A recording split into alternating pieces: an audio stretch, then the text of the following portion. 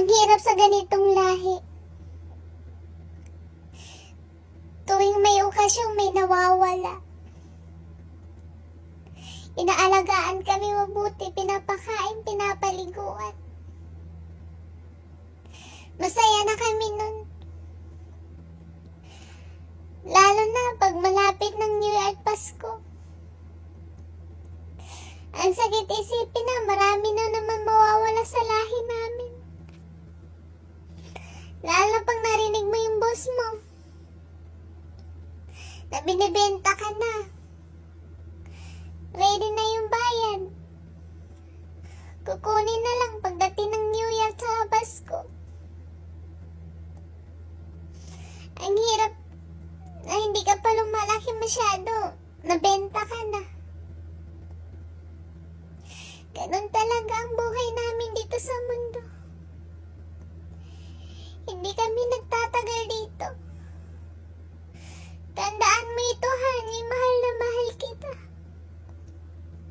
Hindi kita ipagpapalit kahit kanino, kahit anong mangyari sa atin. Hanggang dito na lang ba? Ang sakit isipin na malapit na tayong mawala sa mundo. Tapos, pag may na-high blood, tayo naman ang sisihin. Sabihin, kumain ka kasi ng baboy, kaya na-high blood ka. Bakit ganun? Alam naman nila nakaka-high blood. Kinakain pa rin nila. Mahal na mahal kita, honey.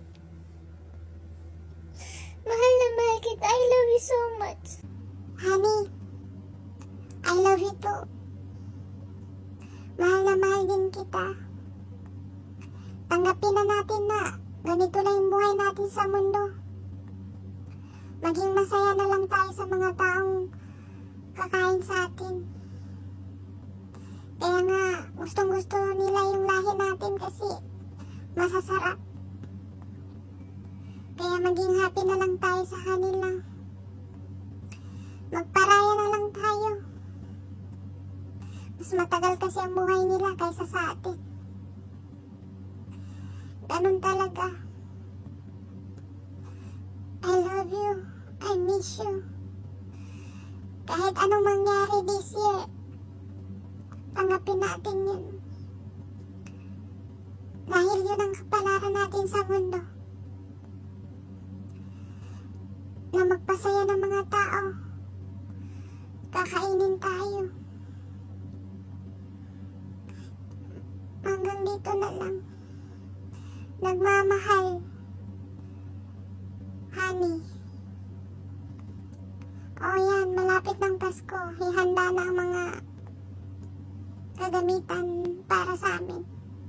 Ready na kami ni Honey. Huwag ka na malungkot, Honey. I love you.